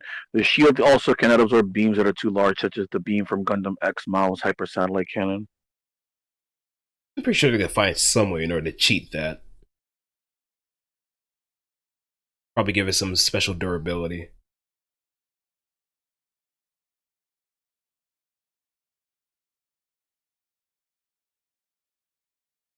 But yeah. So I guess we could probably call it a night here. I think I do have like, oh right, before we actually end the stream, I would like to give a huge shout out to Ollie Barter for the article that he made recently on Forbes. Yes, please. Yes, definitely big shout out to him for that. Definitely a huge shout out. Homeboy did a lot of research, and I think it's an article that people should definitely read. Yep. Whether you are into the mecha genre or not, it's a must read because it shows exactly why the genre is thriving, why people are trying to co-op it into like their own thing, and why it's not going to happen because we are, for lack of better words, hard asses. We are passionate about the genre. Definitely. And people will call you out for saying something stupid about the genre because it's easy to. Nerd. It is easy to get corrected. And I mean, being wrong is fine. Just don't be an ass. Yeah, just acknowledge that you don't know exactly what you're talking about. and just open the door for like some form of understanding. Like, you always have the people that say, unlike this mecha, this one focuses on the characters. But at the same time, mecha is a character-driven drama. Some of them were even space operas before they were mechas. Because it's always focusing on the people. Mecha are just the vehicles that allow for things to progress. Just drop a colony on them. Yeah, drop a colony on them. But just let them understand. Just be like Setsuna. Nothing is ever done through force. It's always done through understanding. Fuck that. Hold this colony, bro. Hold this, get a raise.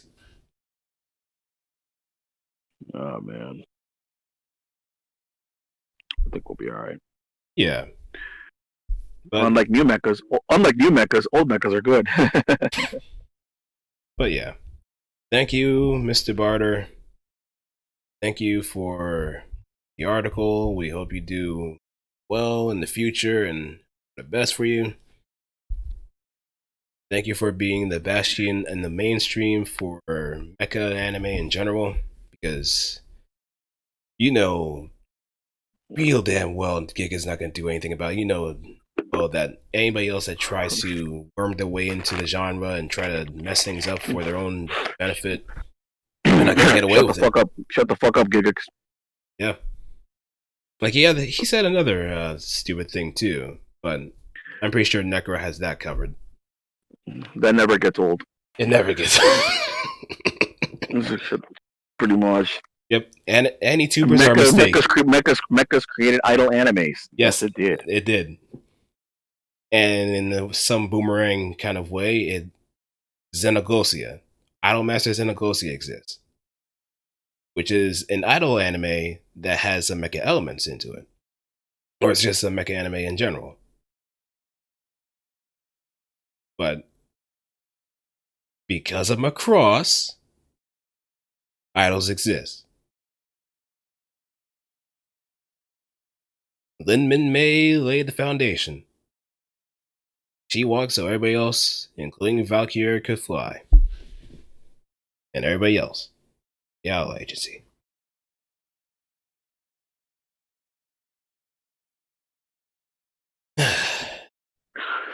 Oh man, I think we're good to go then. I think next week. What was the last suit that we talked about?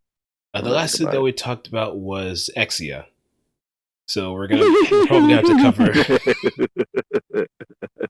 So putting Love Live music in MBON is okay, right? Yes, it is. As long as you don't get nabbed by it. Speaking of which, it's unfortunate that the whole DMCA thing is starting. Yeah, I was just about to say that. It is understandable, because here's the thing. I guess as a little extra topic we can talk about before we close out for the day. Put it this way. I'm positive all of you will agree that this is bullshit. A business wants to commission an artist, but instead of paying them, they want to pay them in exposure. So even though companies can eat a dick,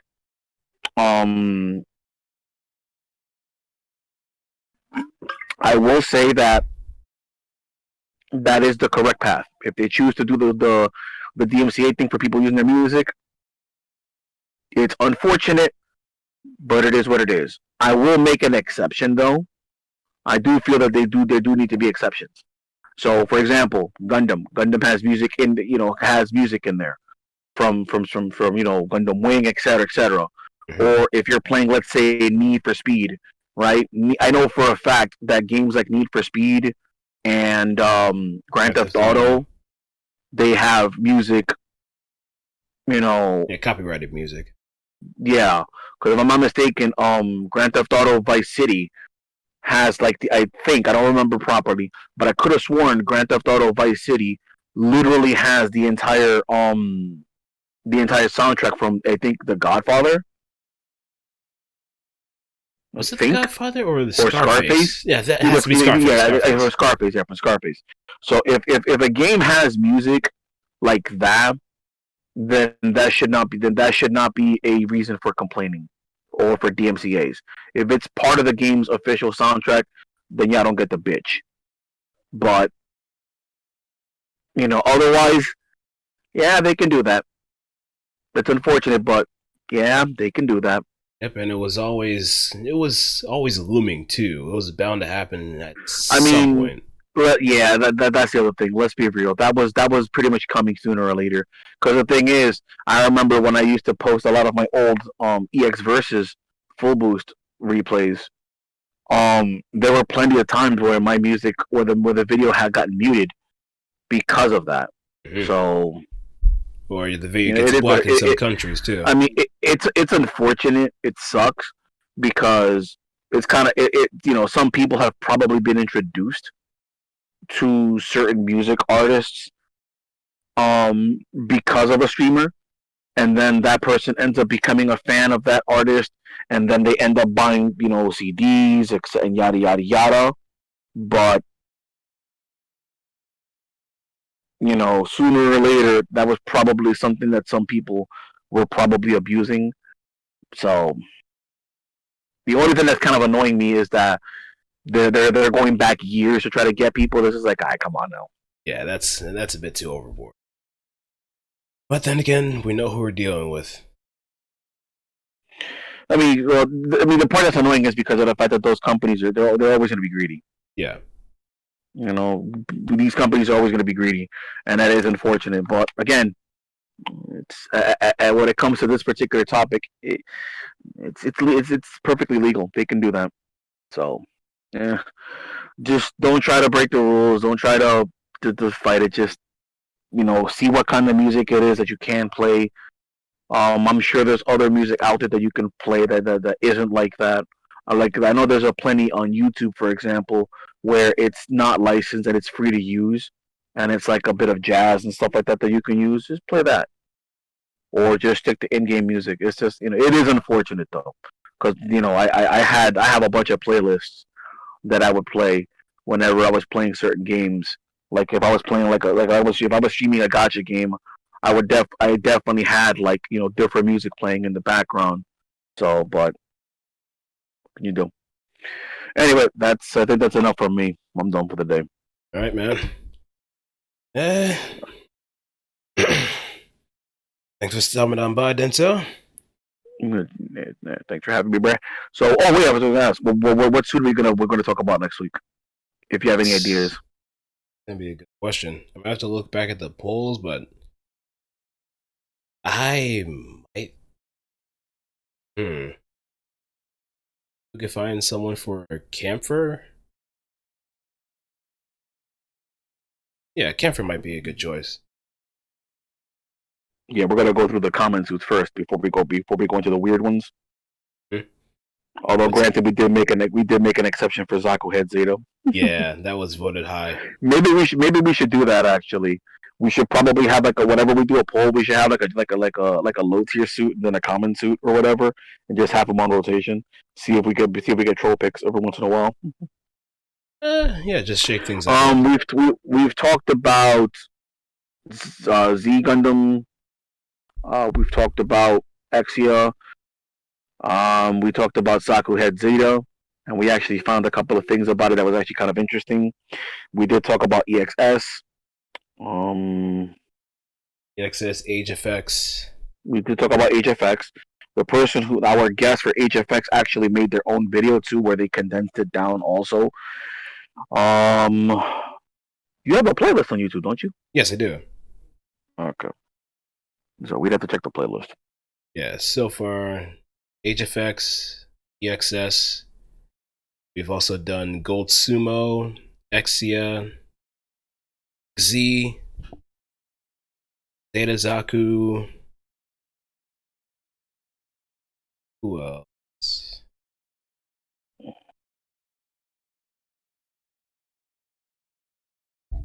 Pretty much it. I guess I have to check back at the playlist again to see exactly what we covered. But I'm pretty sure we covered a significant number of them.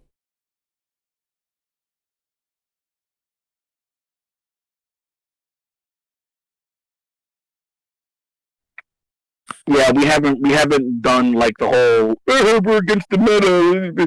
We've mostly tried to talk about common pick suits. The only like goofy one that we ever did was Zaku Head Zeta.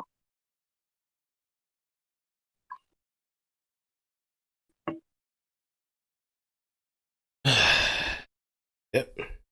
Oh, and one other final question before you go. Shoot. You ever fallen into the VTuber hole?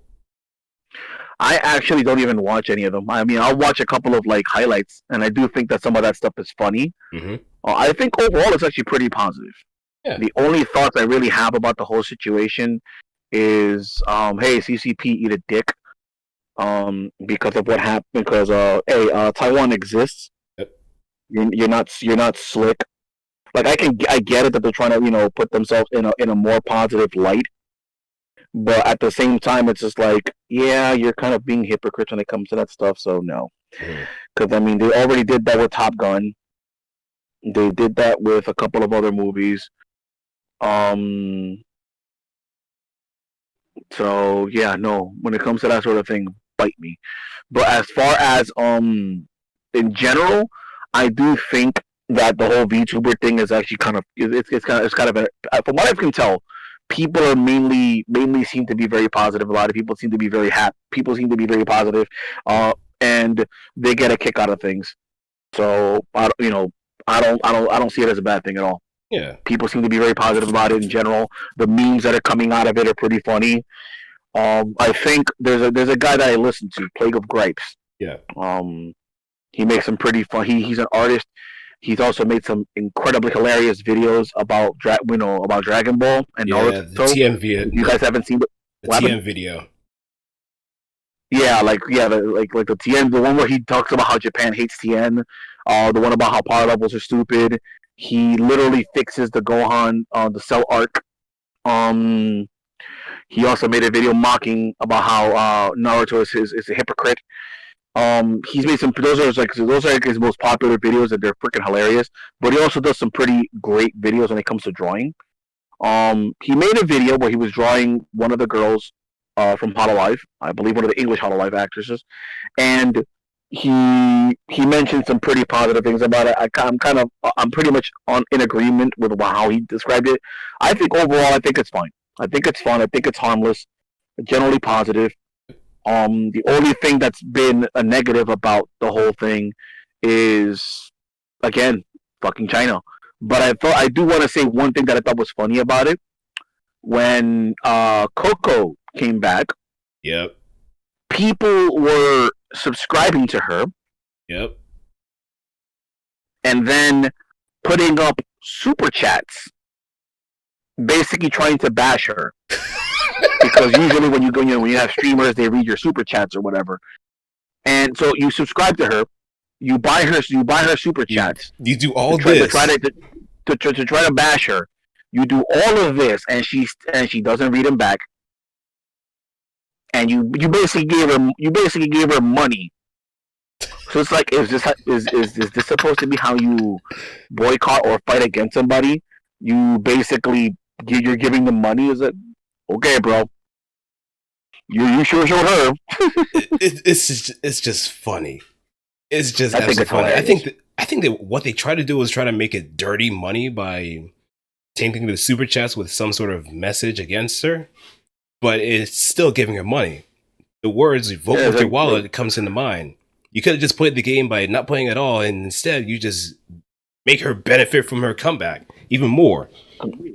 Congratulations, you played yourself. Yeah, exactly. And the ending card that Coco had when she made her first comeback stream was priceless. If I can find it again. I just have to find it again.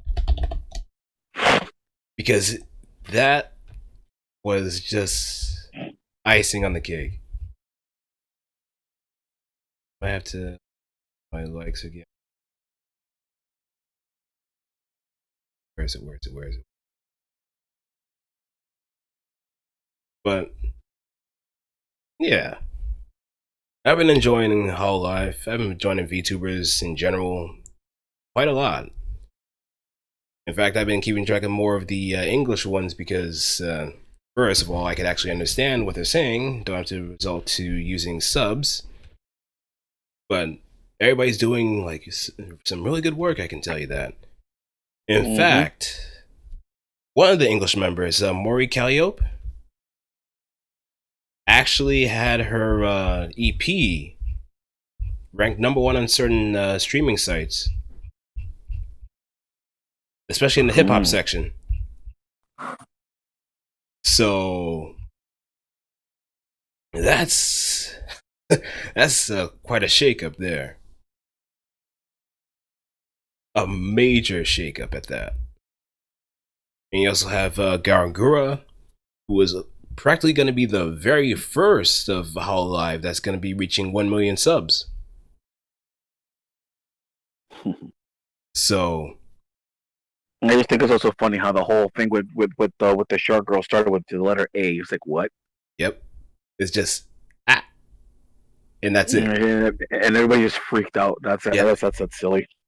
Everyone's just marked out. And you know what? It feels like you're in the moment too. It feels like you're participating in history in the making. But at the end of the day, it's just a regular person behind the avatar. And they're just doing their best in order to make people feel comfortable, feel happy, feel entertained. No one definitely feels like you could have like some copycats here and there too, but they always have something special about them that makes them stand out. And I feel like it kind of goes back to like some other situations where maybe someone isn't really big on their self-esteem, and with the VTubers, they could act with the VTuber idols, they could kind of work around that little nagging feeling of, oh, what if someone doesn't like me because of the way I look? It kind of compels them to be a little bit more outgoing. So it's a win-win. Especially if you're very entertaining, especially if you're kind of you have the heart behind it all. That's the way I want to put it. If you have the heart to do it, then everything else that follows will become second nature. It'll become roughly a part of you. And the more people kind of see how you are or how you act or kind of role that you want to play in that kind of position, then yeah, go with it. If it's something you enjoy, go with it. If it's something that if it's something that others enjoy because of you, you're already making a killing right there. Because you already got people support.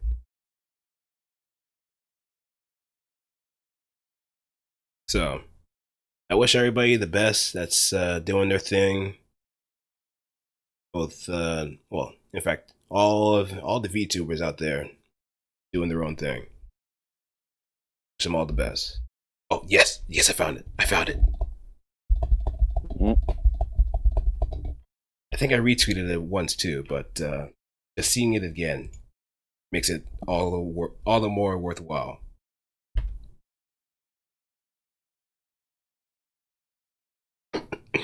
Thank you for watching. Don't forget to subscribe if you loved it. If you hate it, fuck you and never come back. Oh, wow. Yep. That is hilarious. That was the actual thing that came up on the end of the stream. So even after all that with the suspension and all that, it just gave them even more notoriety. It just gave both her, it gave both Coco and Akai Hata, or better known as Hachima, whose cursed cooking is a sight to behold, but who knows how good it actually tastes. But I think they've never really collabed that much together up until this point. And now they've been doing more collabs with each other because of the whole ordeal. So they probably game planned it during their 3-week suspension. But It's a win. It's just an absolute win. No, definitely. I agree. And that's hilarious, honestly. Yep. That's funny. Well, hopefully that doesn't end up with repercussions in that angle, but yeah, that's about that then. All right, so I'm gonna hop off. I gotta make a phone call then. All right. Y'all have fun and let me know once you decide what we're gonna which are the possible suits, Blue, and then we'll go from there. All right. All right. I'll probably run it by with all the other High Council to see who might be a good pick for a guest pick. I might even actually reach out to Egg since he plays Camphor quite a bit too. All right. Take it easy, fellas. You too. All right. With that out of the way, gonna begin the debriefing and we'll stream there. Give me a moment. There we go.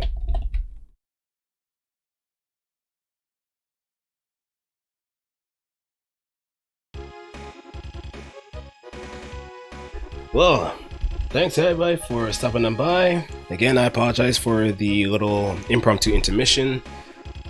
I'm gonna have to go back and see where we kind of left off and where was that dead air, so I can put a disclaimer both on the SoundCloud and on the YouTube upload for everybody that's probably been watching and listening. So we'll make sure that never happens again. But on top of that, thanks everybody for watching, for sticking on by. Hope you enjoyed the episode for our podcast. And we'll see you next time on another day in the hangar.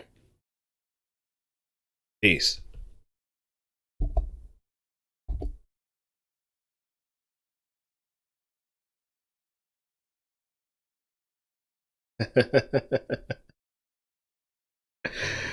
Who knows what kind of surprise will come up next?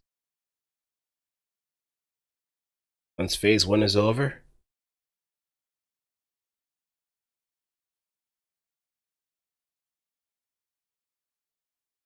I'm looking forward to it.